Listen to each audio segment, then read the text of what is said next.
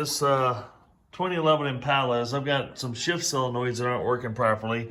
I'm going to catch you up to where I'm at.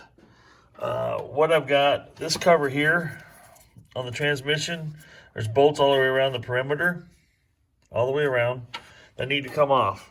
And they're not all accessible from one location, which is the problem. So I've taken the airbox off here. As you can see, the airbox is sitting up here. The airbox is out of the way. Cross member is taken loose and put back out of the way so I can get to the top side. On the bottom side, let's get down here and take a look at it. I know it's kind of dark under here, but so far I've taken the strut free. So there's no strut in here right now, and the brake caliper is hanging by a wire up there. We've got the tie rod end taken loose. We've got the, so as you can see here, we're ready. We got the nut here out of the center of the hub. So we're ready to pull the drive shaft out is my plan. So this thing is kind of a pain in the butt to get at. I've taken the transmission mount free here. Here's some more of the bolts around the perimeter to get to that cover, but this shaft's got to come out. That cover comes off, and then we get to the shift solenoids that are inside the transmission so I can replace them. But I've decided right now that I need to suspend the jack the car up a little bit higher. I want to be able to possibly lower the cross members on this side to get more access, gain more access to these bolts that are in here. And since I'm going to be under it, I want things to be pretty stable. Or I may be under it. I'm going to be kind of partially under the car trying to get to some of this stuff, so I want it stable. And I actually want it to be a little higher off the ground to make it easier for me to get at. So I'm going to use my brand new floor jack, and I'm going to jack this car up a little bit taller and get this thing up in the air more squarely, both front and rear. So let's get started at doing that.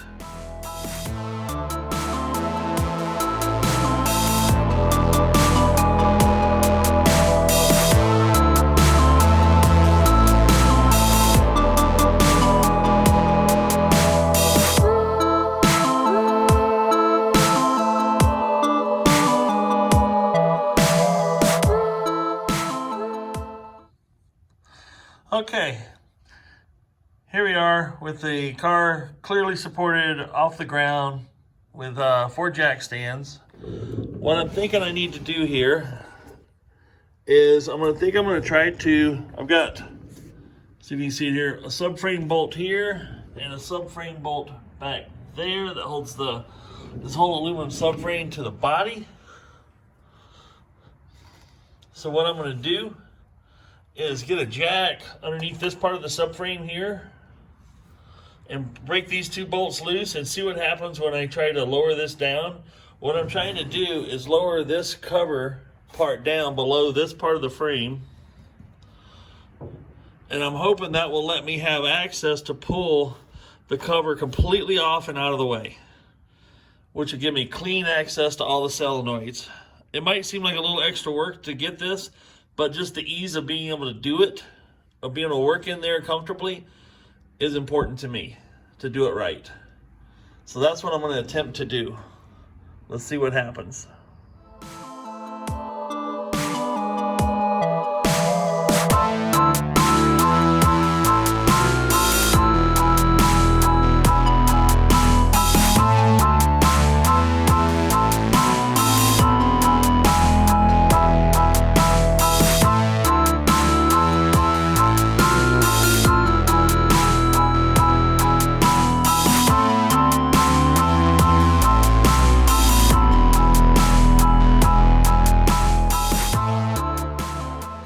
All right, we're going to catch you up on where I'm at right now.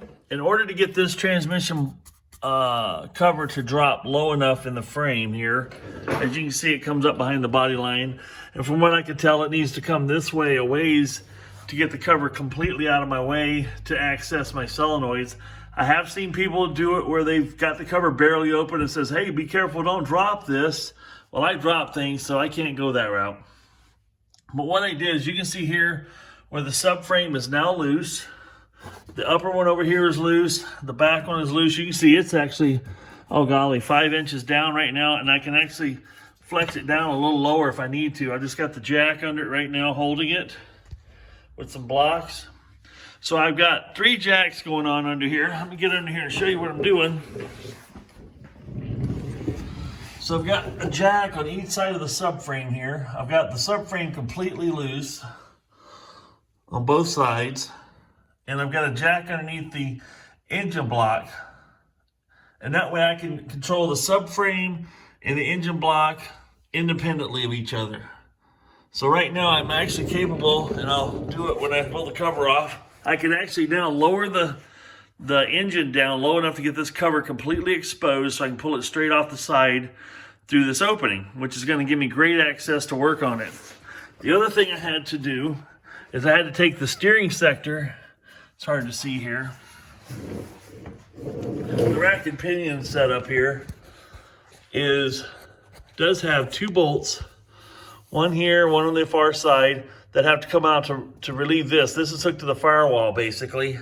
So it had to be moved independently of the subframe. So I took that loose.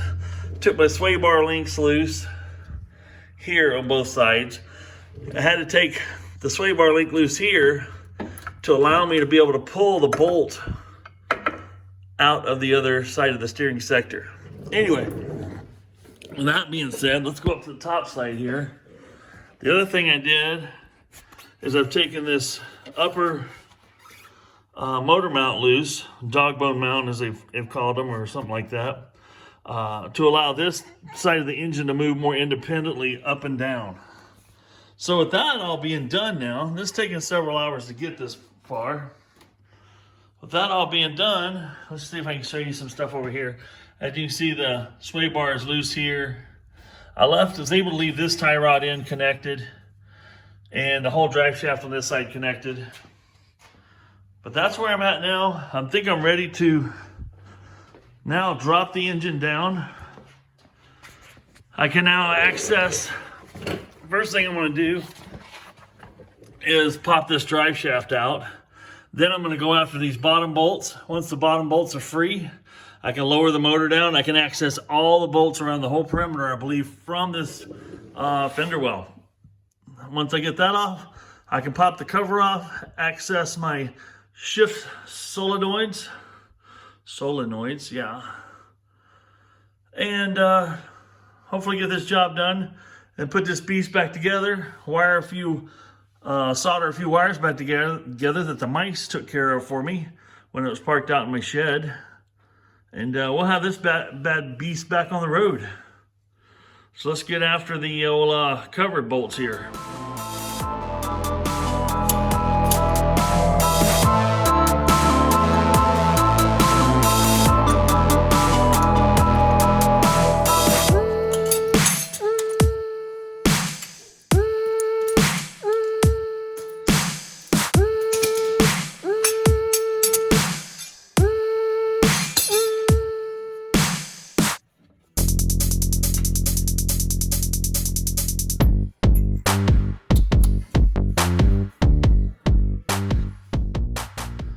Okay, we've got the drive shaft out now. What I used is I've got a little modified slide hammer here with a hook on the end. It's actually I welded on a Wonder Bar, pry bar end. I use it for pulling nails out of tin. Works pretty slick, but it also worked pretty good for pulling this drive shaft loose. Because you got to get behind it, give it a sharp pop behind it, and it pops out of the detent that locks it in place. So we got that pulled out. Takes a 13mm socket to pull most of these bolts out that are around the perimeter. But the bad part is, I don't know why Chevy did it. They put 4 T40 Torx down here at the bottom. I don't have a T40. I have a T40 in a folding. That's how I know what size it is, but I do not have it for a something to go on my impact or just my ratchet. So I'm gonna have to pick one of those up today to be able to finish taking this cover off. But we only got about 3 or 4 more bolts to take out, and then those bottom ones, and I should be able to pull that cover free.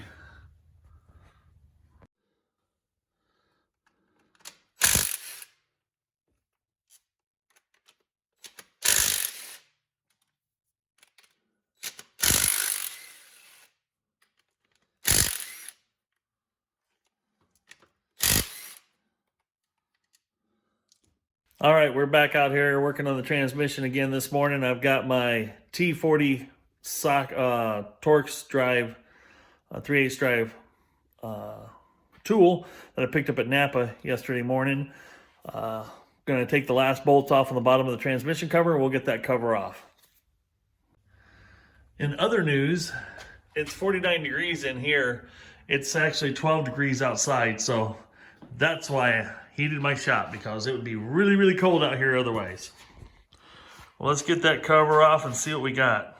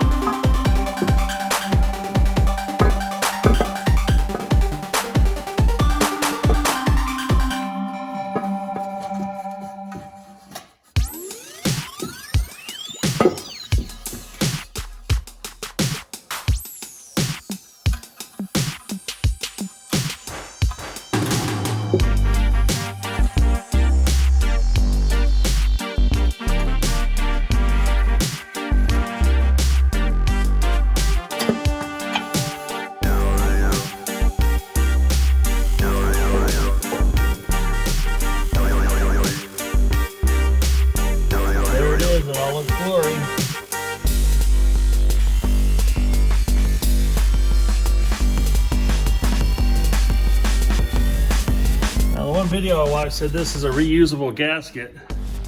It costs about $75, but this one is kind of pulled apart. I don't feel that it's reusable, so unfortunately that's going to cost me a few more dollars. Set that aside. But there it is in all its pieces. Here's all your wiring harness. All your wiring harness is actually just in the side of this transmission. All that wiring harness will come out. I'm going to replace the entire wiring harness here. All the wiring looks like it's in good shape, but with time and age, the wiring harness will dry out. The plastic connectors will start to fail, possibly. So why take a risk? I'm just going to put a brand new one in it. That way I don't have to worry about that. But now it's time to order us some parts. Here's a little bit closer look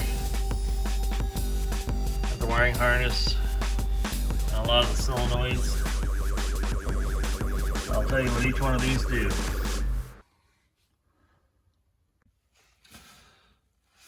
Okay, now that we got the cover off, I'm going to pull off, I'm going to actually take the wiring harness off the vehicle here now.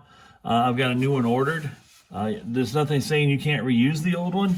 The old one can be a little brittle from being exposed to the temperature that has been exposed to for, several tens of thousands of miles to hundreds of thousands of miles, depending on how old your vehicle is. Most of these seem to come loose pretty easy. What can happen on a lot of them is this little tab here can just break off. Then you'd have to come up with another way to reattach. So take a good picture of what you got going on here so you can identify where everything needs to go. And just like that, the wiring harness is completely disconnected from the transmission. Up here, that part just pops out. And now you have the wiring harness completely free from the vehicle. You can set that aside, because now we're going to go after some solenoids. And they all have little clips and little different things hold them in place. But let's go ahead and identify a lot of these components first and foremost, now that we got the harness out of the way. So right up here, we've got, from what I understand, is a shift solenoid, on-off shift solenoid, which would probably be your, from what I'm understanding, is your second and third gear. It would be one of these things, you pull a clip out here, and we'll pull that out. We'll do that after a bit. And then over here, you've got another one that's identical to it. It's a mirror image to it. And that one there is your first and second gear shift solenoid. So, and then over here, you have the, let's see, what is it called? EPC, I believe, right there. And then behind that is a, let's see, I'll make sure I get it right. Run right below it here. So this would be your, let's see, I'm trying to make sure I get this right for you folks. I got some diagrams here. So yeah, we got the shift solenoid. Right below it here, we don't have this one identified yet. There's one behind it here called the turbine speed sensor. There's another one over here to the left, which I think is a TCC, which is torque converter clutch solenoid. And then we got this one here that's plugged in here is called a pressure switch manifold or pressure switch assembly. Over here, this wiring harness plugs into your shift indicator, which lets you know what gear you're in, whether it's in park, neutral, drive, reverse, and so on. Down here on the bottom is a temperature sensor. Basically, I'm guessing it tells the computer in your car what the temperature is and gives you a warning if it's overheating.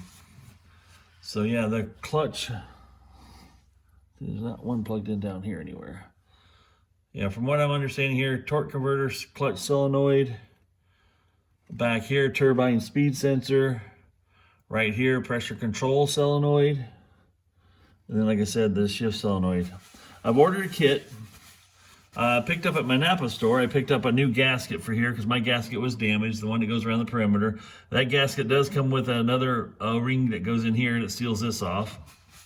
We'll make sure we're wiping everything down really good and clean before we put it back together so we don't end up with any leaks. But I think I'm gonna leave all these in. No sense in pulling them yet. Like I said, let's just pull one out here just for fun. And when I get all my parts in, we'll do the rest of it. But these just have a clip like this. See if I can get a picture right here for you. It's just a clip right there that goes right into here.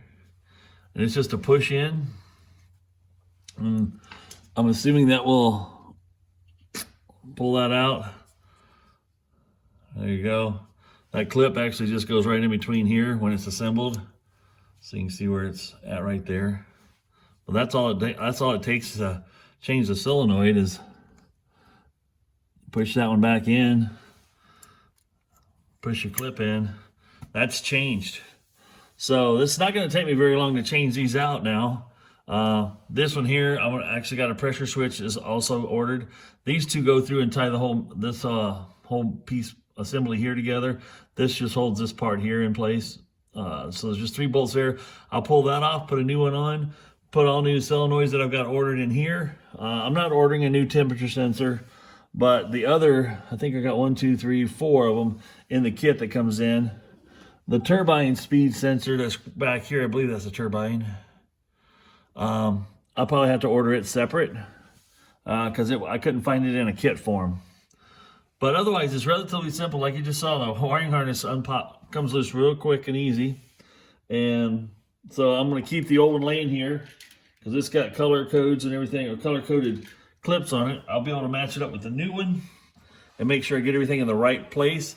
And I also can review, I took a picture of everything. I can review the picture in here to make sure I get the wires going across the right areas here, so when I put the covers back on, I don't have any wires that get rubbed into and then cause me problems down the road. So we're gonna wait till the parts come in, and we're gonna get the which it's not going to be till about 2 or 3 days before I get all my parts in. So while that's happening, I'm going to go through and fix my wiring. As you can see, the mice chewed through my wiring on my A-arm here that goes to my hub to tell you whether your wheel's spinning or not. But they chewed through the yellow wire, but not the blue wire. Here they chewed through the protective plastic housing here, but it doesn't look like they got into the wires. But yeah, I've got this to do on this side. They did it to me on this side, the other side, and there's a place in here. I don't know if you can see it right. Let's see if I can point to it right there, where they got to my O2 sensor wire even. Little boogers. That's why I've been raising or having a war on mice and setting traps and catching as many as I can before they get inside my car. Cause me even more trouble. So, all right, we're gonna stop this video for now. When I get my parts, we'll resume and get this thing back together, get the cover back on, and start putting this car back together and see if I can get everything working properly. Okay, it's a few days later now, and I have parts that showed up. I've got my shift solenoid, which is this part number right here. And there's 2 of these part numbers, and they're identical. One goes, I'll show you in a minute over here. It's your second, third shift solenoid, and over here is your first, second shift solenoid. We're going to go through here and systematically replace these one by one. So, and these should be very simple to replace. It's going to take so little time, it's not even funny to do this. Right in here, you've got a little clip. And it should just pop right out like that. Don't lose it. If you lose it in the time frame it takes you to change this out, there's a problem.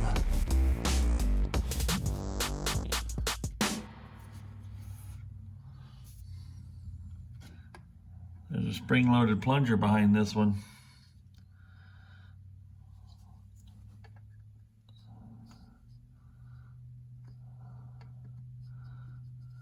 All right. So we take our brand new one now. I like to hold things up next to each other like this to make sure the old matches the new. And it does match it really well. So you want to put a little bit of transmission fluid around the O-ring, put some lube on it, and then you're ready to put it back in.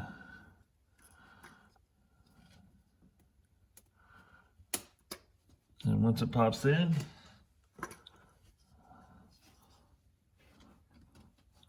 well, that ring really has a lot of springy tension on there. Pop that in there, and then pop your clip back in place to hold it.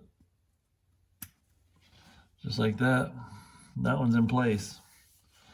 We'll keep working our way down the line here. We got I believe it's called the TCCM, which is torque converter. Oh, let's see if I can get my bulb. There. Again, another clip like that. And we'll pull this out. There we go. Just pop straight out like that. Here's the brand new one. It has a protective cover over it, which is nice. Pull that off. It's already coated in transmission fluid, which is nice. Here again. Match up piece for piece. And we'll put the new one in.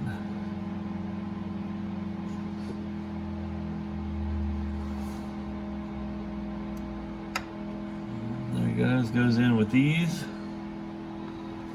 You can feel the O-ring bite. Put your clip back in. we got the bottom one here, which should be your, take that back, this is like your EPC solenoid. And then we got this part number here, which will be next. Looks like that. Same kind of retaining clip in here. It's set back a little deeper, it's in a groove.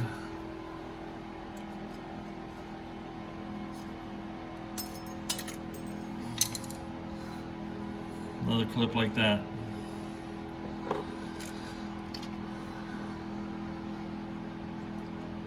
There again, that one lifted out. Just like that. Nice thing about that one, it's the same thing, pre-lubed in the bag. You can go ahead and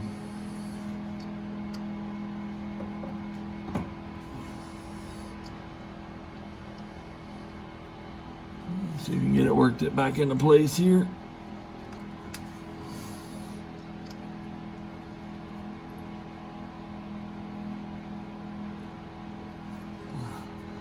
Wow, that was going in a lot tighter for some reason. Oh, there it goes. That one's snug, for sure.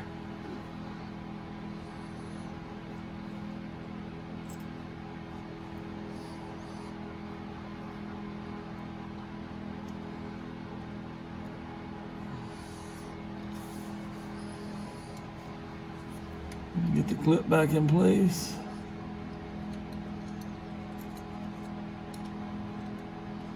I know this isn't really exciting video right now, but just kind of want to give you guys a real-time feel.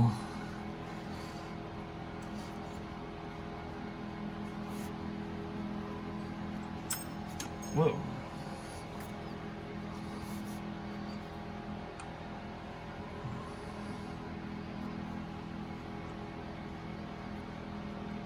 There we go, that's all the way back in.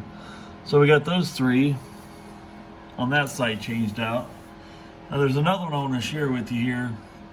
Has a clip that looks like this, so you can see how that looks, and it goes in facing this direction, and it really likes to hang in there. I tried to just grab here and pull out, it didn't want to come, but on the back side you can get to it with a flat blade screwdriver and give each one of these a little shove, and it comes out enough that it'll let it release. And it has a, this is your speed sensor solenoid here. I've got another one of those coming, it should be here tonight. And that will replace every type of sensor on this side of the transmission over here. Now let's back up.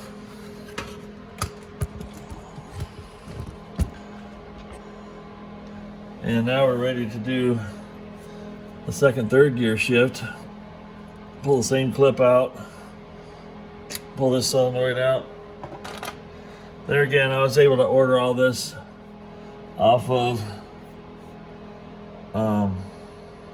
online, and I was able to get all AC Delco parts for these, so it's factory replacement. There's the brandy new one, and there's the clippity clip. So that's done. Now we're going to go after this pressure switch. This is the part number for the pressure switch.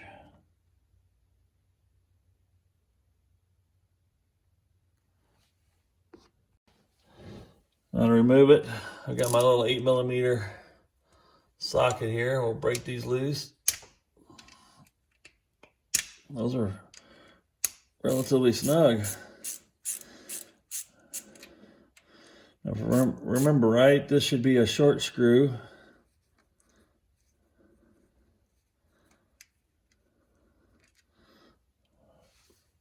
Fairly short one there. I think these two go all the way through to tie this whole assembly back.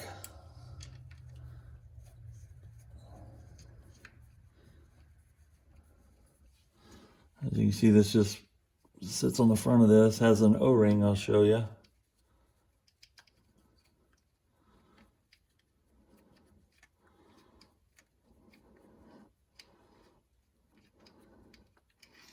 See, two fairly long bolts there. There's number one.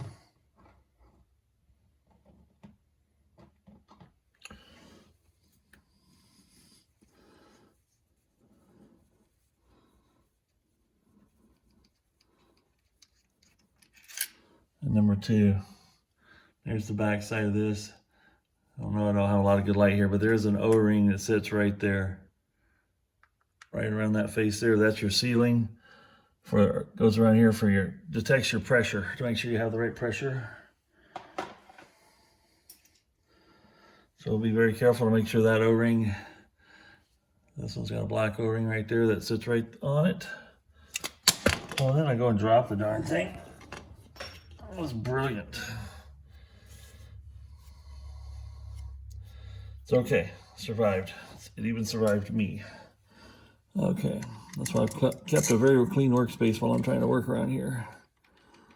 All right.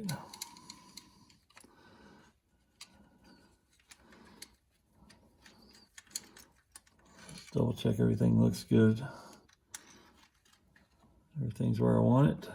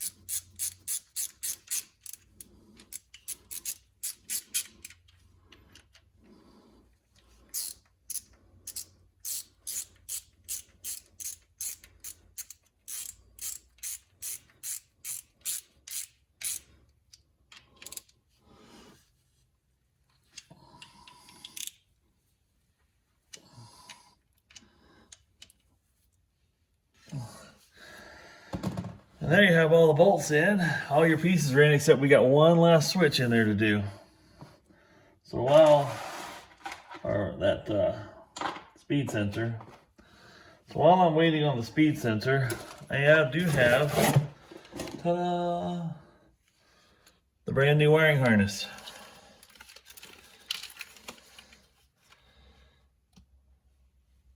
So I don't have a part number for it right off. I'll get that to you. And the reason you hang on to your old harness is because your new harness won't necessarily have all the same bends and curves you need in it. So we're going to start off by plugging this back up in here. I know this isn't going to get in the camera shot. I'll back off a little bit here so you can kind of get the gist of what I'm doing. But right up in here, we can push that harness, pop that back in place where the plug goes. Obviously, that's going to come straight down. And then we have a couple of wires that come across. But as you can see how this one hangs, it's been in there, basically molded in place from hanging in there since 2011. We can kind of lay it down here in the A-arm and get an idea of where things went, because it looks like this came down. And these would come across and plug in.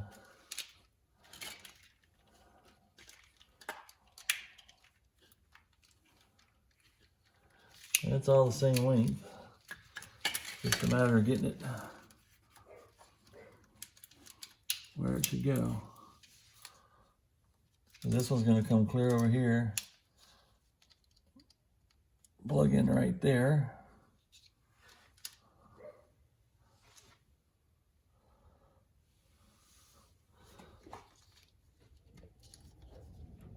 Make sure everything snaps in place. And we had a gray one here on a tan wire that came down and plugged in right here into that new part. And we got this one, the red and the, on here it was red and tan. Here it looks like a red and yellow. It could have been yellow originally. There. So now we got that in place. And then the rest of this laid in right in here. So it looks to me like this blue and red. You guys, it's hard to see the colors here, folks. I apologize. The lighting's not the best under here. I don't know if I can change this around and get you a better. That's not much better, I don't think. So yeah, we got like a red blue here, or red green, I guess it used to be. Into this upper plug right here. And then we got, looks like, just look how these are hanging. You can see where they used to plug in. So the purple and gray used to go to this upper one here. And then the red tan is the next one that plugs in right below here.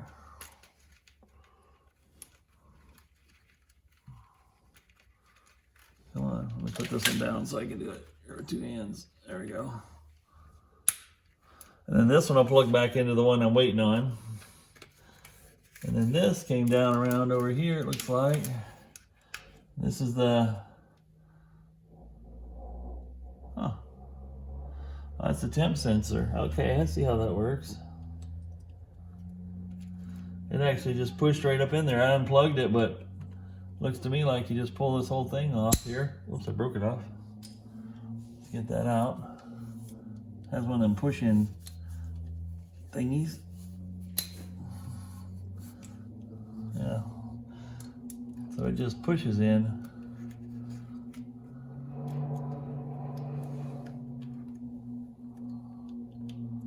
Or you can push it straight up in place, it looks like, yeah. Maybe.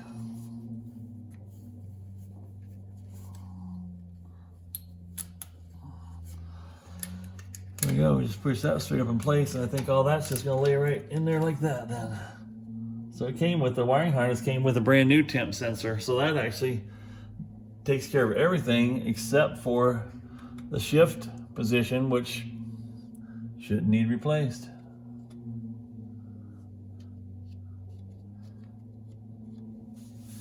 Everything looks pretty good.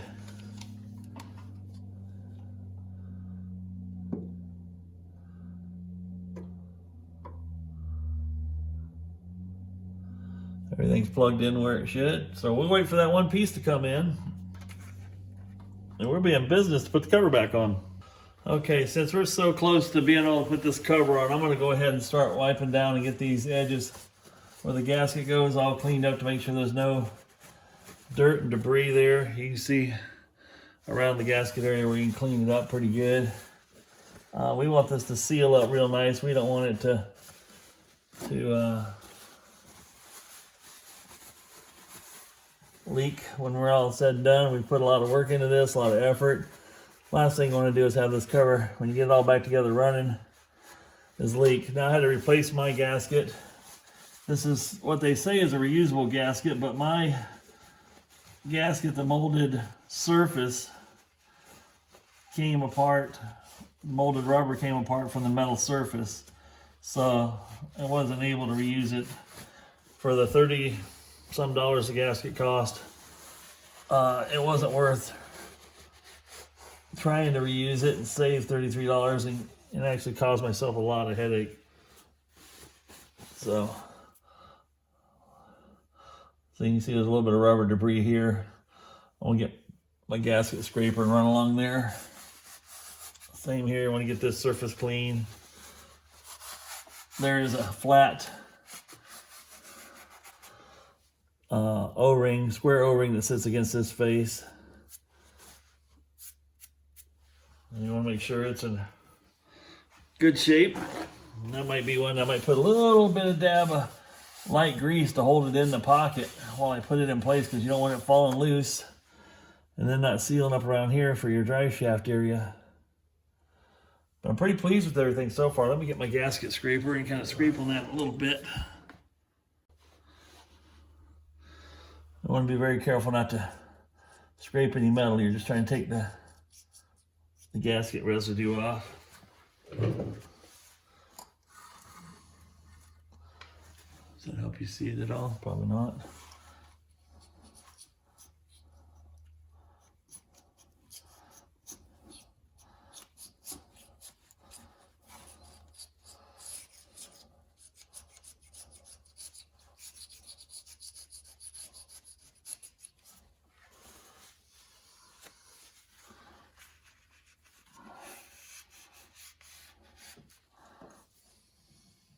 That feels much better.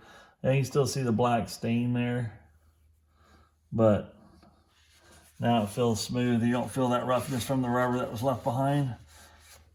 There we go. Well, let's go clean the cover up now. All right, I'll show you what happened to my gasket when I was pulling it off. And you can see because it left the residue around here, it actually pulled apart right here. And I don't want to run the risk of putting it back together and have that be up there when I'm tightening things down when it should be down in this area. So that's why I bought a new one. Then you have this little square O-ring one that lays right in this area here. It doesn't press in. Looks like it might hold itself okay though. I might be able to get away without using any little bit of dab of grease to hold it. But yeah, this stained surface here, it feels really rough right here. I'll take the gasket scraper and just kind of run along there. And you might be tempted to use a wire wheel just because they're fast and they're fun. But what that can cause you there is a lot of headache because you can put some lines and stuff like that on your aluminum face here. Aluminum is very soft. But you can put some lines on there that could really damage and prevent your gasket from sealing like you want it to. Like I said, you can still see the stain there, but it feels very smooth.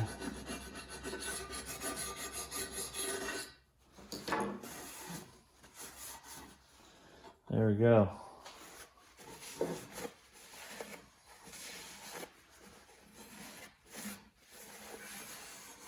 We got the faces cleaned up. Now we're going to reach inside here and get this little O-ring groove cleaned up because it's got a lot of grit from the outside world that it can get into the inside edge here. We'll make sure we wipe that out. Like I said, tonight I should have my parts. I can be able to put this cover back on and get this thing sealed up because I've been very careful not to create a lot of dust and stuff in my shop here with this open.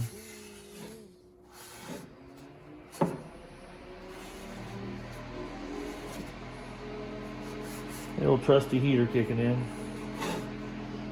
That looks pretty clean now. I have had this set like this all week with the outside of it, or this pointing up, so there's anything could have settled in there, so I'm going to flush that out.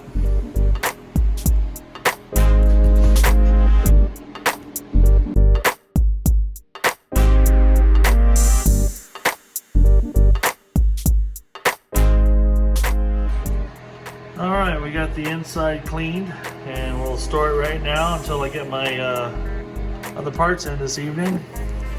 As you see here, I got a transmission pan gasket for it. And in here I've got my brand new gasket square O-ring to go back in. Won't be long now. I went back in here and did one final check. Like I said, I still got the one speed sensor that goes back here to pop in when I get the new one. I was just double checking all my wiring compared to the photo I took for all the colors. And that's what's nice when you buy a factory harness or an AC Delco factory harness, or for any vehicle, that your colors and everything should match. So I was just doing a double check here to make sure everything matched up. So we're ready when that part shows up. I'll be ready to reassemble this cover, put it back in place. Then I'll start lifting this motor up and refastening a bunch of stuff that I've taken loose. I can fasten it back up, get my car back together. It's gonna be awesome. All right, we've got all these in now. As you can see, this one here has to be pointed at a slight angle down for this piece to snap in and hold it in place. But we now have all the sensors and solenoids replaced and in place, and we're ready to put the cover back on. Let's get started on that cover. Okay, the hardest part about putting this cover back on is going to be keeping everything lined up and keeping the gasket in place. So I'm going to try just putting in the 2 bottom bolts first. They look like they're going to be the easiest to get at. And if I hold them in place while I'm putting this up in place, it'll hold the gasket in for me. Hold it lined up. So we're going to try that first. Let's see if I can make it work.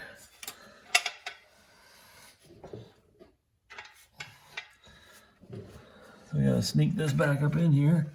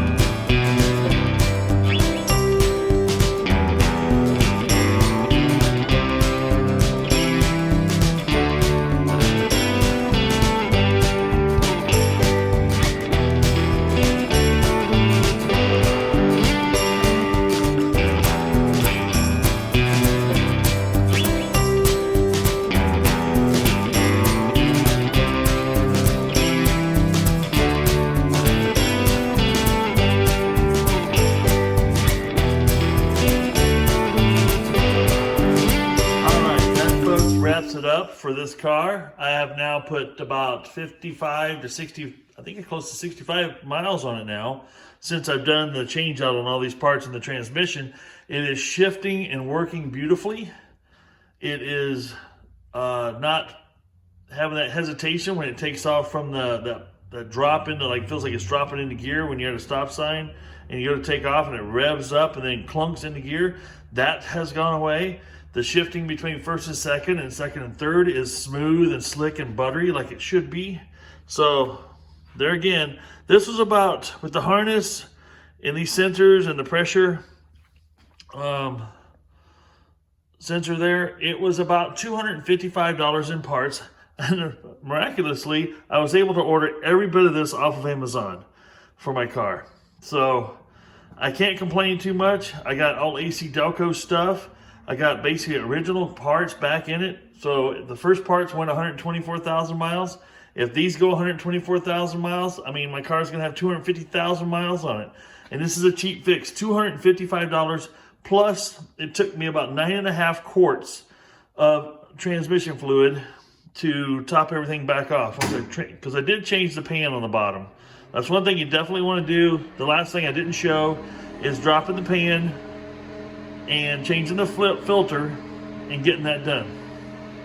So that's very key, folks. You want to drop that pan, you want to change that main transmission filter, put a new gasket. Some of them have reusable gaskets. I put a new gasket on it. The gasket set was about $33, something like that, for the gasket and filter kit from Napa.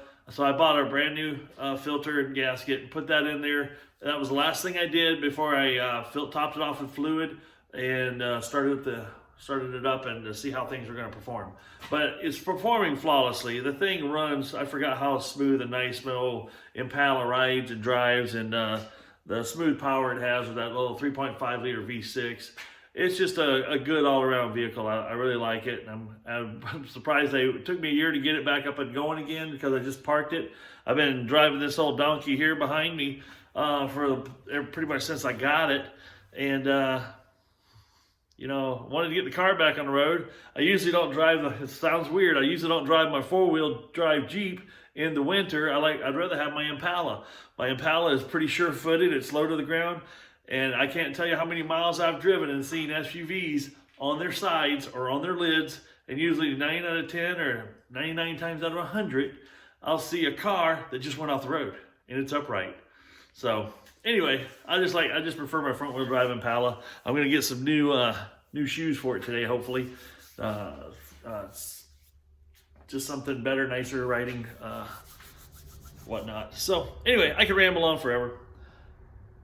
Anyway, bottom line is the Impala is working great.